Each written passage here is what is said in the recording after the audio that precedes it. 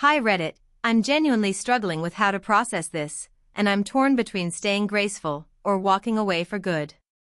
I've been part of a friendship group since I was 13, I'm nearly 33 now. There are 7 of us in total.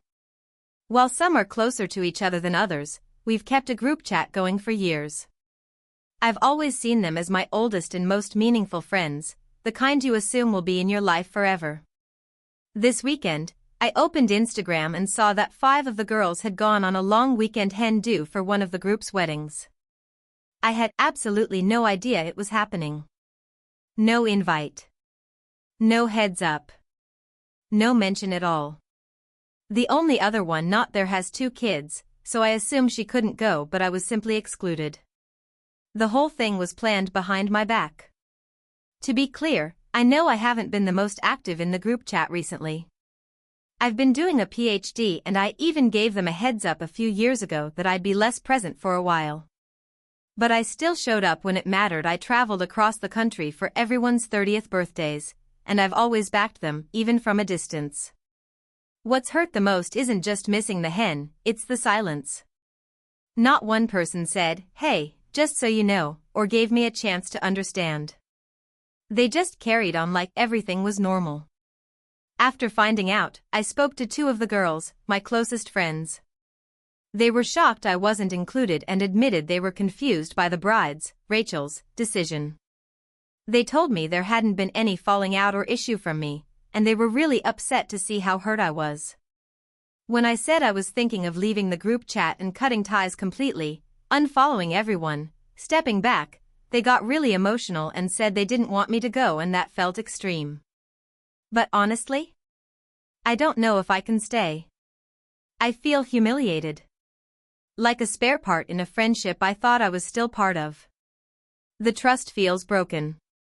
Part of me wants to just walk away quietly, not to punish anyone, but to protect myself and give myself the dignity of closure. The other part of me is scared I'll look like the dramatic one or regret walking away from 20 years of history. So, would I be the a-hole if I cut them all off after this, or should I just distance myself from the bride, since it sounds like she made the final decision? Update. Sorry for the slow reply, I've been away at a conference and needed a bit of space to think. I didn't expect the post to get so much attention, but I really appreciated the honest responses. It made me feel more justified in how hurt I felt. Since posting, I've spoken to a few people who know the group and situation well. Every single one of them was surprised and most were very clear, I should cut off the bride, and possibly the others too. Just to add some more context, I was a lot quieter about a year ago. I was doing my PhD and also going through a tough time in my personal life, dealing with some serious issues involving suicide and addiction. They all knew about this and had offered words of support. Over the last 6 months or so, I'd started chatting to them a bit more again. Things felt pretty normal. I had a phone call with the bride where she asked for wedding advice and we also had a proper catch-up. I saw 3 of the others from the group in person not long after. What makes this all harder to process is knowing that during those moments, when we were catching up and everything seemed fine, they already knew about the hen weekend and didn't say a word. Since posting, I've quietly removed myself from the group chat and taken the bride off socials. She did message me saying she heard I was upset and was happy to chat, but to be honest, it felt more like damage control. If she wanted to talk honestly, there were plenty of chances to do that earlier. At this point, I've tried to understand why she would do this, and the only explanations I can land on are: she deliberately didn't want me there and didn't have the decency to be upfront about it.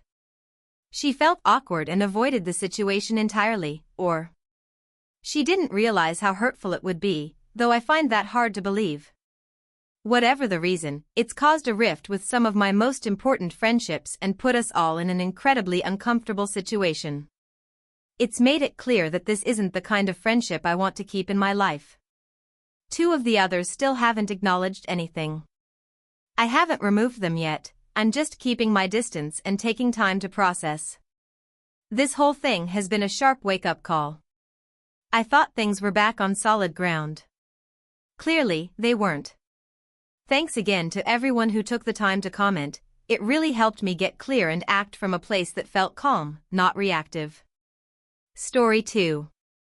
Throwaway because my family uses Reddit. I, 35F, have been married to my husband, 37M, for 5.5 years, and we have an 18mo daughter. We have generally had a good marriage, but have repeatedly had the same 2 arguments for 3+ years. The first argument is that I work full-time, pay 85% of our bills and do all of the cooking, cleaning, shopping, laundry, running of the household, etc.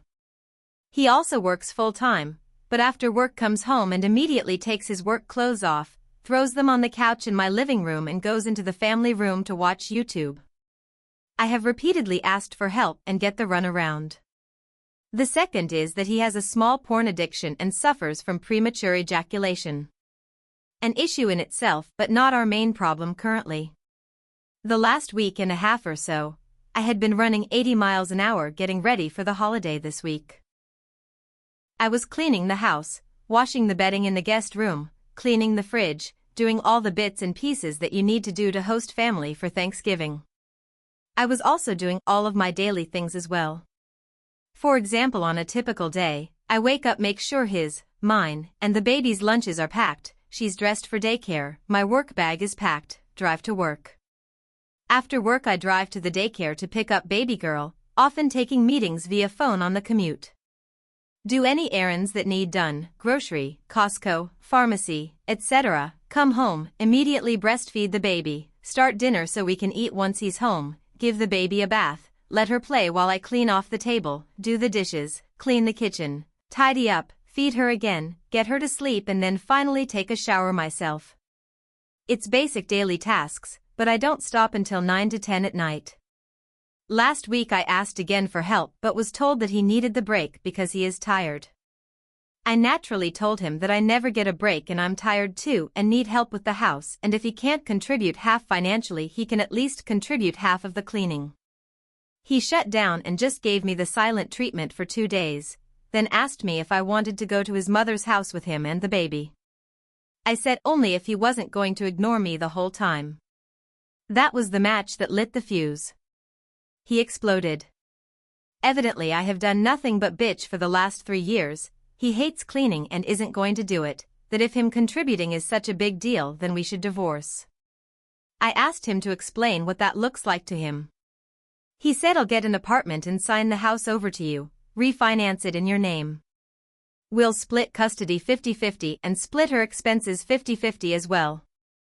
He then stormed out of the house and went to his mother's until about 1 a.m. He again gave me the silent treatment for 2 days. The other day I asked him how his apartment hunting was going and he said what? I told him I thought he was right, I had been bitching about this for 3 years, I'm miserable and he's not helping make my life easier. That I agreed divorce is the best option and that I would rather separate as friends and be good co-parents than grow to hate him and feel stuck in a toxic marriage. He then said, I only said that to scare you into shutting up. Basically he attempted to emotionally abuse/manipulate me to get his way. As someone who grew up in a toxic and abusive childhood, this immediately shut me down emotionally. Like I look at him and I feel nothing. He is trying now to get back in my good graces, bringing flowers, chocolates, and all it does is make me angrier. I need advice. Is the fact that he tried to manipulate me and admitted it a valid reason for me to just want to shut this down? Because I have to be honest, I'm tempted to ruin Thanksgiving. I don't know if I'm just angry and reacting out of that or if I am truly at the end of my rope. Update. Hi y'all.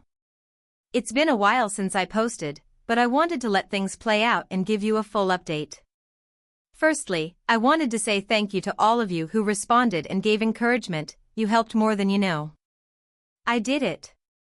I filed for divorce, our divorce should be final mid-June. He fought it for a few months, but finally seems to see that I can't move on and I won't let him rug sweep it anymore. He is still talking about hoping for a future reconciliation, but I told him that honestly without massive amounts of therapy for both of us, I don't see much hope there. Honestly, once he accepted that I wasn't giving in and that the divorce was real, He was very agreeable to discussing terms and working with me on custody arrangements, housing, etc. That's not to say we didn't have our drama, Lord knows we did. Fortunately, nothing too physical towards me. He grabbed me a few times trying to force me to stay in a room to get yelled at, but I set him straight real quick there. His threats were mostly towards self-harm. The first time was back in February. He was still in denial that I had filed and was very angry about losing the best things in his life. He threatened to go downstairs and take his own life. Because I'm stubborn as the day is long and don't have the sense God gave a goose, I followed him down there. I ended up wrestling his gun away and locking myself and the toddler in the bedroom. I should have called the police. I still don't know why I didn't. Instead, I called his brother and told him to come get him. They did, and the next day I took the gun, that was unloaded and never had ammo because he was manipulating me again, to his parents and said if that gun made another appearance in my home or around my child I would ensure he was never around her again.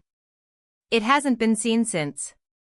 A few weeks later, on their birthday, toddler and STBX share a birthday, he jumped off my 2-story deck after my daughter's birthday party.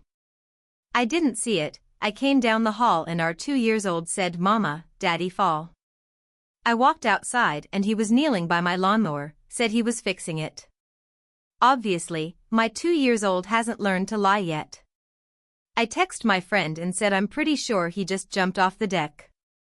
He doesn't seem hurt but what to do. As I hit send I hear him on the deck talking to our kid. I looked out the door and he's leaning off the edge obviously about to jump again. I lost it. It probably wasn't the appropriate thing to say, and I probably am a terrible person for saying it, but it worked and I don't regret it. I told him, so help me God, if you jump off this deck and die, I will move and your family will likely only see her once a year. You jump off this deck and live and I guarantee you will never see her unsupervised again. You step back over that railing and get both feet on this deck right now, or I swear to God, I'll make sure of it. He stepped back on the deck pretty quickly. He of course wanted to then argue about how I am driving him to this. How he doesn't deserve to be left alone. I'm breaking his heart. I reminded him he spent the last almost 4 years now breaking my heart and spirit and I was done having this conversation. As I turned to walk away, this man grabbed my wrist to force me to turn around. I already had my phone in my hand and I never called 911 so fast. The police showed up and took him to the hospital for a psych evaluation. I was under the impression that a suicide attempt in this state required a 72-hour hold. They released him after 2 hours, suggesting he talk to a therapist. I didn't want to involve the police, I tried to avoid it, but I kind of wish I had involved them earlier.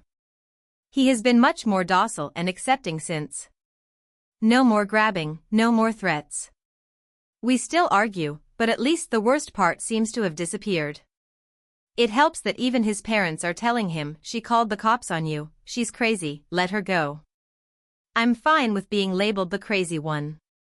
I've been called worse by better people.